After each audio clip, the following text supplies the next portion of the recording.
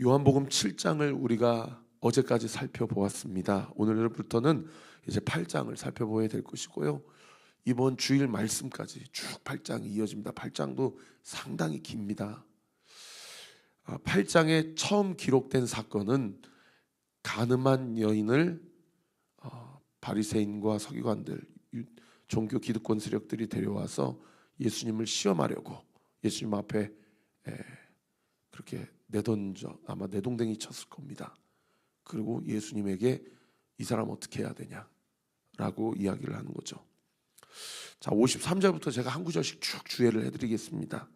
여러분 마음에 이 말씀을 듣고 그랬구나 하고 끝내지 마시고요.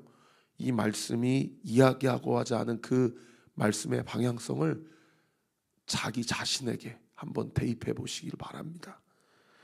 53절 보세요. 다 각각 집으로 돌아갔다. 이때가 언제입니까? 초막절 마지막 날, 명절 가장 큰 날이었어요. 가장 큰 날에 하나님 앞에 예배드리고 경배하고 기뻐하며 추수감사주일이기 때문에, 그리고 우리 인생이 나그네 길인데 우리 조상들 40년 동안 장막생활 초막생활 하면서 굶어 죽지 않고 우리 조상들을 살리시고 약속의 땅 가나안으로 들어가게 해주셨듯이 우리도 인생 나그네 길을 살지만 천국 본향을 향해서 들어가는 인생인 줄 믿습니다 하고 예배드리고 경배드리기는커녕 7장 전체에 사실상 어떤 말씀이 계속 쓰여져 있었습니까? 예수님하고 변론하고 논쟁하는 일로 가득 채워졌어요. 그러니까 이 바리새인들, 서기관들, 이 종교 기득권 세력들 마음 가운데 감사와 기쁨이라는 초막절 명절의 영적 본질은 다 없어지고 어떤 마음만 가지고 집으로 돌아갔을까요? 저놈의 새끼, 저 꼬투리를 잡아서 저 죽여야 되는데 저놈을 어떻게 말로서는 이길 수가 없네 라고 생각하면서 그냥 마음에 그런 건조함과 그냥 미움과 죽이고 싶은 생각 가지고 집으로 돌아갔을 거예요. 그런데 1절에 보세요. 예수님은 어디로 가셨어요? 감람산으로 가셨다. 여기 한국 성경에는 예수는 감람산으로 가시니라 하지만은 그 사이에 원문에는 접속사가 있어요. 그러니까 53절부터 제가 다시 읽어드리면 어떻게 되어 있냐면 종교 기득권 세력들은 그 미워하는 마음을 가지고 각각 자기 집으로 돌아갔으나 그러나가 또 있어요. 그러나 예수님은 어디로 가셨어요? 감람산으로 가셨어요. 여러분 감람산은 어디예요?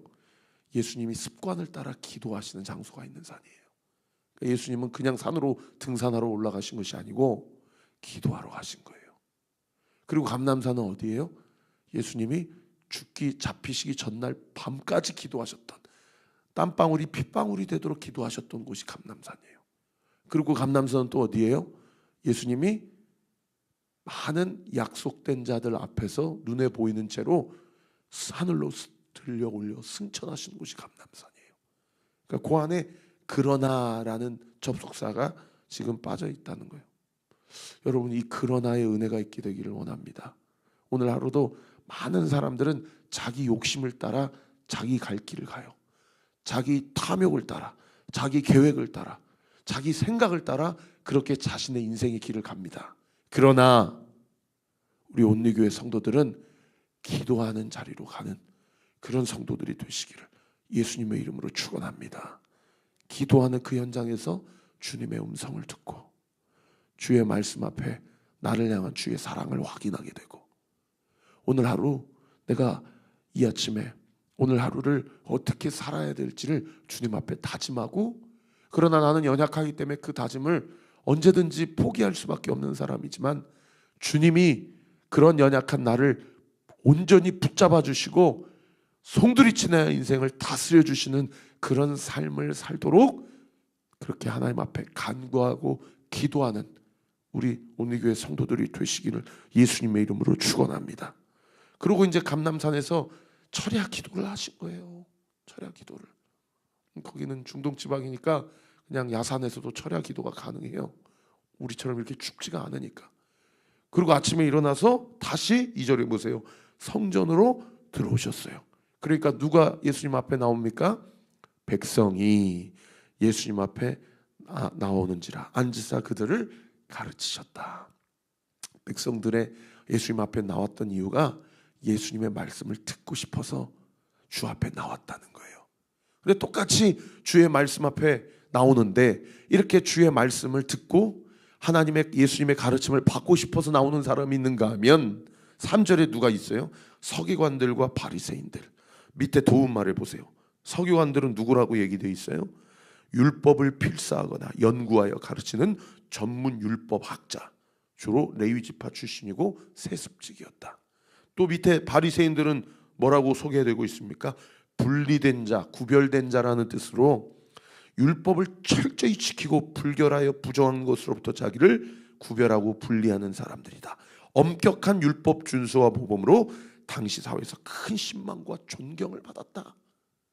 그러니까 표면적으로 보면 일반 백성들은 예수님의 가르침을 받고자 주님 앞에 나오는데 표면적으로 존망을 받고 신망을 받고 존경을 받는 율법학자들, 바리새인들, 서기관들, 누구보다도 하나님을 사랑한다라고 여겨지는 그 사람들은 예수님 앞에 나왔는데 그냥 나오지 않고 누구를 데리고 나옵니까? 3절에 음행 중 잡힌 여자를 끌고 와서 예수님 가운데 세웠다. 예수님 가운데만 세웠겠어요? 자기들과 말씀을 가르침을 받았던 모든 백성들 가운데 세운 거예요. 왜요?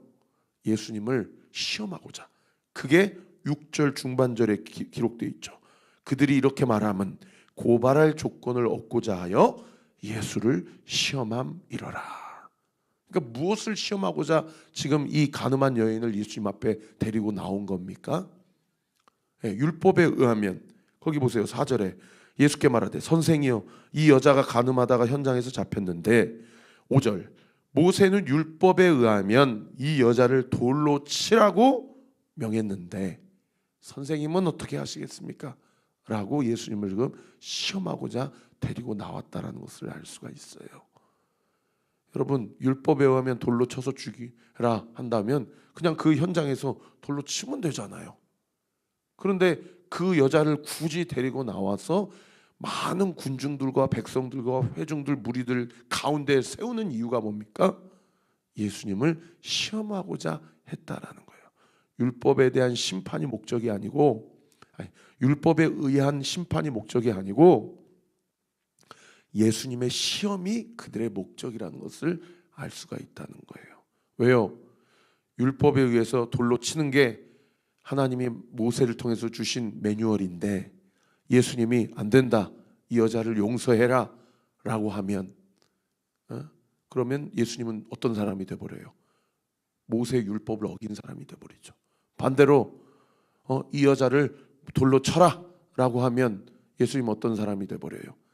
자기 자신이 그동안 그렇게 가르쳐온 사랑의 명령을 본인 스스로 위반한 사람이 될 뿐만 아니라 자기는 검찰권 기소권이 없는데 심판의 어떤 액션을 취해버렸기 때문에 로마 법에도 접촉을 받아서 구속당할 수밖에 없는 그런 어떤 그 진퇴양난의 상황 가운데 과연 예수님이 어떤 결정을 하시는지, 그리고 이런 결정을 해도 예수님은 구속되고 저런 결정을 해도 예수님은 구속될 수밖에 없게, 그렇게 지금 예수님을 시험하고자 했다라는 겁니다. 그런데 여러분 한번 생각해 보십시다. 보통 음행하는 현장은 많은 사람들이 걸릴 수밖에 없는 그런 현장에서 음행합니까? 아니면 은밀한 곳에서 음행죄를 짓습니까? 그럼 후자잖아요. 그러면 이 서기관들과 바리새인들은 어떻게 이 음행 중에 이 음행하는 이 여인을 그 현장에서 잡아가지고 예수님께 데려왔을까요? 아무 말도 못하도록. 그래서 많은 학자들이 이 음행한 여인을 애당초 예수님 앞에 데리고, 물론 그 음행할 만한 직업을 가진 사람일 수도 있고 또 그 사람의 연약함을 악용해서 그렇게 한 걸 수도 있겠지만은, 그러면 또 왜 음행한 여자만 데리고 왔어요? 음행한 남자는 어디 갔어요? 여자만 잘못입니까? 그래서 많은 학자들이 애당초 덫을 놓은 것이다. 그래서 남자를 사주를 해가지고 너 저 여인이랑 이렇게 해라. 그럼 저 여인이 꿰어 넘어올 것이다. 그래서 그 현장을 급습을 해가지고 그렇게 데려온 것이 아닌가, 그런 추측을 합니다. 여러분, 제가 이렇게 성경에 기록되어 있지 않지만 이런 주예까지 해드리는 이유는 뭐냐면 3절에 나온 서기관과 바리새인들이 표면적으로는 존망과 신망을 받는 사람들이지만 그들의 속 안에는 얼마나 시커먼 그런 죄악과 그런 미움과 그런 예수님을 죽이고자 하는 그런 살기가 있었는지를 말씀드리고자 지금 이 얘기를 하는 거예요. 여러분, 이 얘기가 바리새인들과 서기관들의 이야기만입니까? 우리는 어떻습니까? 오늘 큐티하면서 자기 자신 안에 능구렁이와 같은 남을 고발하려고 하고 남을 정죄하려고 하고 남을 심판대에 세우려고 하는 그러한 마음이 나에게는 없지는 않은가? 자기 자신을 한번 돌아봐야 한다라는 거죠. 자, 이때 예수님이 이 바리새인과 서기관들에 대해서 어떤 행동을 취하시냐? 6절 하반절 보시면 이렇게 예수님이 행동을 취하십니다. 예수님께서 몸을 굽히사 손가락으로 땅에 쓰시니.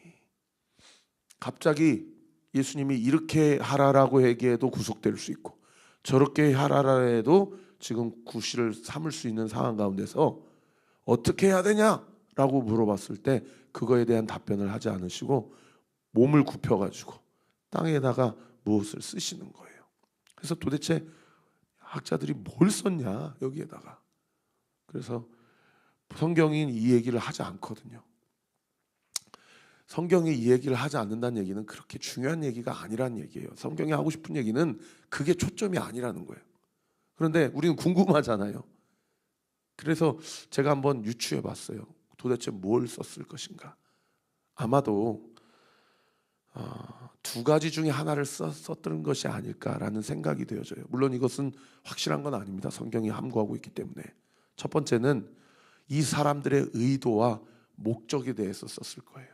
너희들 한 남자를 구워 삶아가지고 이 음행한 여인을 데리고 나를 시험하려고 이렇게 왔지?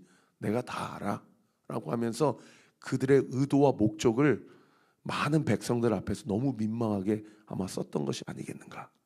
아니면 두 번째로 율법이 이야기하는 정신의 본질적인 핵심이 무엇인지를 쓰셨는 것이 아니겠는가. 왜요? 지금 이 사람들은 음행한 여인에 대해서 돌로 치라 라고 이야기를 해서 한 사람을 그야말로 마녀 사냥하는 거기에 지금 몰두되어 있고, 그리고 예수님을 마녀 사냥하려고 하는 거기에 몰두되어 있지만, 모세가 음행한 사람은 돌로 쳐 죽이라고 한 그 본래의 목적은 영혼을 그야말로 심판대 마녀 사냥하기 위한 목적이 아니라 율법의 핵심 정신과 기본 원리가 무엇인지를 율법 교사들과 바리새인들에게 가르쳐주기 위해서 땅에 쓰신 것이 아닌가. 둘 중에 무엇을 썼던지 간에 나름대로 땅에 쓰셨던 예수님의 의도는 뭘까요? 바리새인과 서기관들에 대해서 이제 두 번째 조금 있다 또 땅에 쓰시거든요. 그 이전에 너희들 회개해. 너희도 이 여인과 별로 다를 바가 없어. 겉으로는 그렇게 존경받을 만한 척, 의로운 척하지만 마지막으로 너희에게 회개의 기회를 주는 거야. 민망해지기 전에 회개해 라는 예수님의 회개의 기회를 주는 의도가 아니겠는가 라는 생각이 들어요. 그런데 이 바리새인과 서기관들이 정신 차립니까? 못 차립니까? 정신 못 차리는 거예요. 그러니까 7절에 보세요. 그들이 묻기를 마지 아니하는지라. 다른 번역 성경에 그들이 계속해서 공격적인 질문을 주님 앞에 던지는지라 이렇게 번역하고 있어요.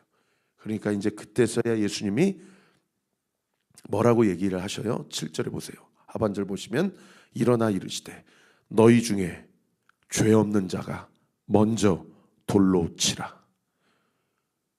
여러분, 오늘 큐티의 제목입니다. 너희 중에 죄 없는 자가 먼저 돌로 치라. 여러분, 우리가요 재림 예수님, 심판 예수님 앞에 나중에 다 서게 될 텐데, 그때 왜 나에게는 이러한 죄목으로 이러한 형벌을 내리시고 왜 저 사람은 저러한 형벌로 저러한 죄로 저 정도 형벌밖에 안 내리십니까? 라고 이야기할 수가 없습니다. 그때는 원바이 원이에요. 원투원이에요. 그냥 우리 각자가 우리의 삶의 정산을 예수님 앞에 하는 겁니다. 예수님이 너희 중에 죄 없는 자가 먼저 돌로 치라 이야기하시고 8절에 보세요.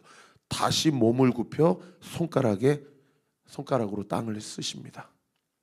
아마 이때는 바리새인들, 서기관들 뿐만 아니라 그래, 이 여인 여기서 돌로 치는 게 맞지, 이거는 아니지 라고 생각했던 많은 사람들의 지금까지 살아왔던 모든 죄목을 다 땅에 쓰셨을 거예요. 아무개 장로, 너 그때 이런 죄를 지었지. 아무개 목사, 너 그때 이런 죄를 지었지. 아무개 권사, 너 이런 죄를 짓고 있었지. 한 사람 한 사람의 죄목을 다 땅에 쓰셨을 것입니다. 여러분, 그 땅에 쓰시는 그 손, 어떤 손입니까? 모세가 시내산에서 하나님과 독대했을 때 돌판에 하나님과 언약된 백성, 그 백성과 언약식, 영적 결혼식을 올리면서 돌판에 쓰셨던 그 손이 예수님 시대, 예수님께서 그 손으로 땅에 쓰시는 거예요.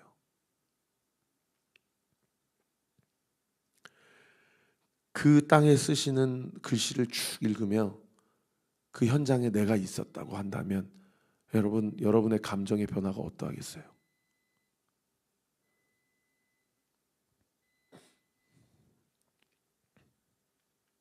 그럴 때 9절에 보세요. 그들이 이 말씀을 듣고 어떻게 합니까? 양심의 가책을 느껴 어른으로 시작하여 젊은이까지 하나씩 그 현장을 떠났다. 여러분, 다른 번역 성경에는 가장 나이 많은 사람들부터 떠나고 맨 마지막에 가장 나이 어린 사람이 떠났다. 무슨 얘기를 이야기합니까? 인간은 살아온 시간이 많으면 많을수록 어떨 수밖에 없는 존재라는 거예요. 죄를 많이 지을 수밖에 없는 존재라는 거예요. 그러니까 누구와 누구만 남아요? 오직 예수와 그 가운데 섰는 여자만 남았다라고 하는 겁니다. 여러분, 두 번째, 여러분 오늘 큐티를 통해서 한번 옆에 생각해 보셔야 될 부분이 있어요. 내가 요즘에 돌 들어서 정죄하고자 하는 사람이 있다면 그 사람은 누구인가? 예수님은 그 사람에 대해서 네가 정말 죄가 없다면 그 사람을 돌로 쳐라 라고 이야기하신다는데, 나는 그 돌을 가지고 어떻게 하려고 하는가? 사랑하는 성도 여러분, 그 돌을 예수님 앞에서 땅에 내려놓으시는 은혜가 있게 되기를 우리 구주 예수 그리스도의 이름으로 축원합니다. 그렇게 예수님과 그 여인만 남았어요. 그러니까 예수님이 그때사 일어나셔요. 그때사. 그러니까 그 현장의 사람들이 다 떠나기 전까지는 계속해서 땅에 다 쓰신 거예요. 다 드러나기 전까지. 얼마나 민망합니까? 빨리 떠나야죠. 자기만 알고 있는 죄를 예수님이 다 알고 있으니까. 그러니까 여자 외에 아무도 없는 것을 보시고 여자에게 뭐라고 얘기하셔요? 여자여, 너를 고발하던 그들이 어디 있느냐? 너를 정죄한 자가 없느냐? 아마 이 말씀을 하시는 예수님의 톤이요, 그 바로 직전까지 현장에서 여러 가지 이야기들과 여러 가지 쟁론이 벌어졌던 목소리의 톤과 사뭇 다른 톤으로 예수님이 여자에게 이야기했을 거예요. 여자여, 방금까지 너를 고발하고 정죄하던 사람이 어디 있느냐? 여러분, 이 음성의 톤을 들었을 때 여자의 감정이 어땠을까요? 얼마나 두렵고 떨렸을까요? 또 반대로 얼마나 따뜻하고 얼마나 사랑스러운 말투를 들었을까요? 그때 이 여자가 예수님께 얘기합니다. 11절에 보세요. 주여, 없나이다. 없나이다. 여러분, 주여, 없나이다. 이 두 마디가 여러분의 인생에, 우리의 인생에 한 줄기 강력한 작은 소망이 되기를 우리 구주 예수 그리스도 이름으로 축원합니다. 그 누구도 나를 정죄할 수 없고 오직 정죄하실 수 있는 분은 우리 예수님 한 분뿐이신데, 왜요? 그분은 정말 죄가 없으신 분이기 때문에, 그분은 정말 하나님이시기 때문에, 그분만 정죄를 하지 않으신다면 나는 이제 두려워할 것도 무서워할 것도 마음의 수치심을 느낄 필요도 없다는 거예요. 그런데 세상에 예수님께서 뭐라고 얘기하십니까? 나도 너를 정죄하지 아니하노니 가서 다시는 죄를 범하지 말라. 여러분, 여기서 두 가지를 예수님이 이야기해 주세요. 이 말씀만 하고 설교를 마무리하겠습니다. 첫 번째, 정죄하실 수 있는 유일한 자격을 갖고 계신 분이, 이제 그분만 정죄를 안 하시면 내 죄는 사탄 마귀가 정죄를 하고 참소를 하든 사람들이 나에게 손가락질을 하든 그건 전혀 문제가 되지 않는데, 세상에 우리 예수님께서 나도 너를 정죄하지 아니하노니 라고 이야기하시는 거예요. 여러분, 여기에서 주어지는 이 무거운 죄의 눌림에 대한 해방감, 여러분, 이 해방감을 우리 온리교회가 죄에 눌려있는 사람들에게 전해야 됩니다. 할렐루야. 그런가 하면 두 번째로 뭐라고 얘기하고 계셔요? 가서 다시는 죄를 범하지 말라. 죄 사함 받은 자의 앞으로의 삶 가운데서 마땅히 행해야 될 책임과 자세에 대해서 당부하고 있는 거예요. 가서 다시는 죄를 범하지 말아라. 여자의 마음이 어떻겠어요? 자기를 정죄하며 자기를 저주하며 그렇게 평생 많은 사람들 앞에서 붙잡혀서 정말 이렇게 조롱거리가 됐으니까 그런 마음으로 살았겠습니까? 아니면 감사와 기쁨과 영적인 청량감과 해방감을 가지고 예수님을 드러내며 살았겠습니까? 아마 이 여인은요, 어쩌면 십자가 달려 돌아가시는 그 밑에까지 따라와서, 그리고 부활하신 예수님을 승천하시는 모습을 보면서 평생 예수님의 복음을 증거하며 그렇게 살지 않았겠는가. 그래서 사도 바울이 로마서 6장에 뭐라고 얘기합니까? 은혜가 많은 곳에 죄가 많은 것도 맞지만 더욱 은혜가 많게 하기 위해서 죄를 더 범할 수 있느냐? 그럴 수 없느니라. 기도하겠습니다. 아버지 하나님, 감사합니다. 오늘도 이 아침에 우리의 마음에 민망한 부분들을 다시 한번 건드려 주시고 짚어주시니 감사드립니다. 하나님, 우리 온리교회가 등대 모임 할 때마다 공동체 안에 진솔한 교제와 나눔이 있되 죄 고백이 풍성하게 하여 주옵소서. 자기의 죄를 고백한 자는 결코 남을 정죄할 수 없음을 우리가 압니다. 우리 모두가 주 앞에 다 죄인이온데 예수님은 우리를 정죄하지 않으신다 하시오니, 주여, 우리 온리교회가 죄에 눌려 신음하고 있는 죽어가는 영혼들을 살려내고 그들에게 예수 그리스도를 통한 죄에 대한 해방감과 자유함을 온전히 전하고 또 흘려보내는 우리 온리교회가 되게 하여 주옵소서. 우리 교회 성도들 중에 남편이 교회 다니지 않아서, 아내가 예수님 믿기를 싫어해서, 또 가족들, 친척들 중에 자기 혼자 신앙생활을 하고 있어서 너무 마음이 어렵고 또 간절히 기도하는 성도들이 얼마나 많은지 모릅니다. 아버지, 우리 서로가 각 가정을 위해서, 가문을 위해서 기도하는 우리 온리교회가 되게 하여 주옵소서.